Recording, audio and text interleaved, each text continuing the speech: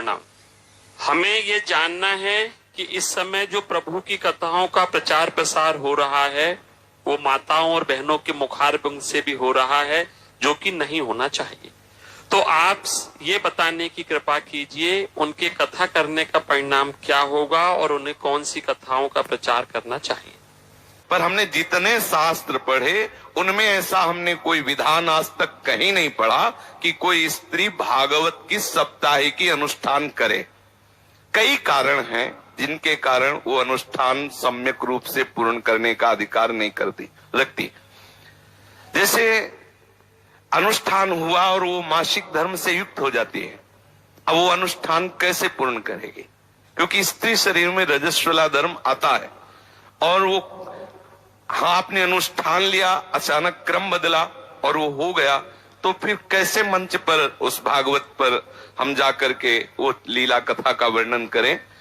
और आपस में बैठकर चर्चा करना तो हमने सुना है, जैसे आनंदमयी माता, उड़िया बाबा और भी संतों के बीच में बैठकर भगवत चर्चा परस्पर हो रही है, सभा लगी हुई है और चर्चा घंटे 2 घंटे भगवत चर्चा हो रही, उसका तो प्रमाण मिलता है।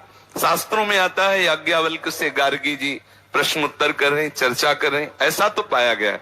लेकिन अनुष्ठान का अभी तक हमें पता नहीं। अगर कहीं हो तो हम मानने के लिए भी तैयार हैं, क्योंकि निगम अनुशासन के अंतर्गत सब हैं। अगर कहीं शास्त्र में है और हमने नहीं पढ़ा, कोई हम सर्वज्ञ तो है नहीं, जितना हमें ठाकुर जी ने ज्ञान दिया उतना ही हम जानते, जितना जनाया उतना ही जान पाते। अगर कोई ऐसा शास्त्र है जिसे हमने नहीं पढ़ा और उसमें अनुमति दी जाती है, तो अभी तक हमने ऐसा पढ़ा नहीं है और ऐसा हमने कभी गुरुजनों से सुना भी नहीं है। इसलिए मुझे ऐसा लगता है कि माताओं बहनों को भागवत का साप्ताहिक अनुष्ठान नहीं करना चाहिए। चर्चा करने का तो अधिकार है, भगवत लीला गुणानुवाद का अधिकार है। हम जैसे अपने लोग चर्चा कर रहे हैं ऐसे वो बैठ के चर्चा कर सकते हैं, संत सभा में बैठकर भगवत यश गान कर। लेकिन अनुष्ठान साप्ताहिकी का निषेध है, ऐसा हमने शास्त्रों में कहीं नहीं प्रमाण पाया कि कोई भी स्त्री शरीरधारी मंच पर बैठकर साप्ताहिकी का अनुष्ठान करे।